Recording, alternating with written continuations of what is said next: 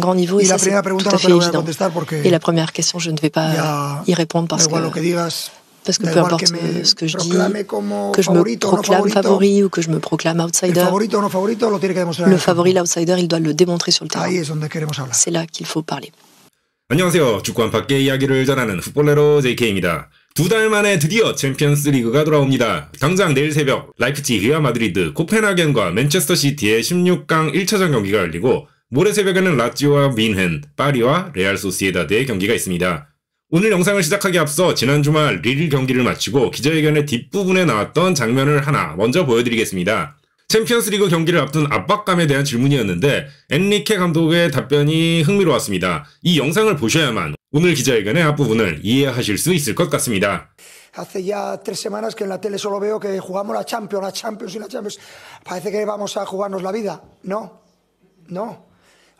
Evidentemente queremos un estadio caliente como siempre y que nuestros aficionados den su mejor versión como siempre. Pero nosotros tenemos que afrontar esta competición con mucha tranquilidad. Muy ilusionados, muchas ganas de hacer cosas, pero no presionados ni con ansiedad, ni que ya no hay un mañana si se pierde la Champions. No se plantea así. Ha de ser un reto ilusionante, no un reto que nos limite. Y demasiada tensión y excitación es malo. Entonces, calma. Estamos preparados, lo hemos demostrado. Estamos en una dinámica de las mejores de todos los equipos en Europa, entre los mejores seguro. Vamos a disfrutar de la Champions, tranquilos. El partido de ida y el de vuelta.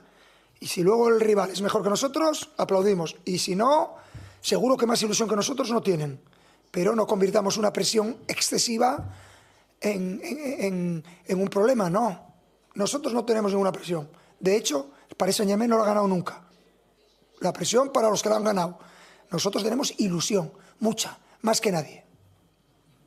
이강인 선수는 일주일 휴가를 받았다고 하더니 오늘부터 훈련장에 복귀한 듯 보입니다. 오늘 훈련장 라이브 장면에서 오랜만에 파리 훈련에 참여하는 모습을 볼 수 있었습니다. 훈련을 마치고 레알 소시에다드와의 챔피언스 리그 경기를 앞둔 기자회견이 진행되었습니다. 파비앙 루이스가 먼저 나와서 선수로 기자회견을 가졌고 뒤이어 루이스 엔리케 감독이 나타났습니다. 기자회견 주요 장면 번역해보았습니다. 함께 보시죠.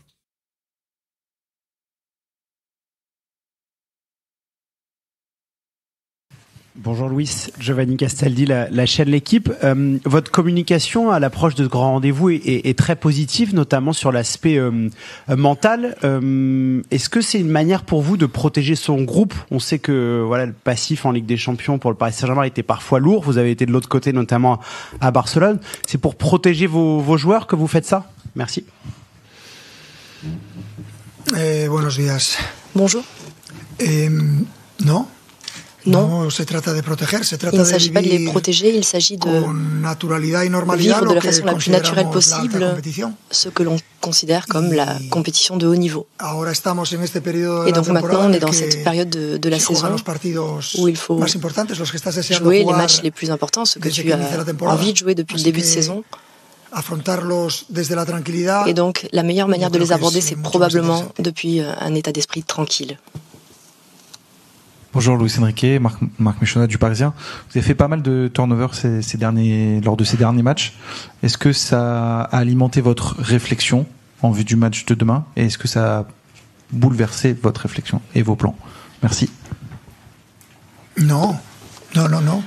Creo que non, ça n'a pas bouleversé. Je crois que c'est le meilleur moment. Le moment idéal parce que je pense qu'il y a très peu de joueurs qui ne pensent pas avoir une option de jouer. Je pense que tout le monde sait qu'il peut rentrer. Je pense que maintenant tout le monde est convaincu qu'il peut être titulaire. Et ça, pour moi, en tant qu'entraîneur, c'est mon objectif. J'ai besoin d'avoir une équipe qui se sente prête, disposée, et dont chaque membre sache qu'il puisse aider l'équipe. Donc ceux qui sont sur le terrain, mais aussi ceux qui sont sur le banc. Ils sont très importants. Et bien sûr, pour moi, en tant qu'entraîneur, c'est un handicap, une difficulté de choisir ensuite les 11 joueurs dont je pense qu'ils sont les plus opportuns. Mais je pense que c'est une dynamique qui est très positive. Bonjour coach, Alice Lefebvre de l'AFP. Il s'est entraîné dimanche et aujourd'hui. Est-ce que Kylian Mbappé pourra débuter demain? Merci beaucoup. Si. Oui.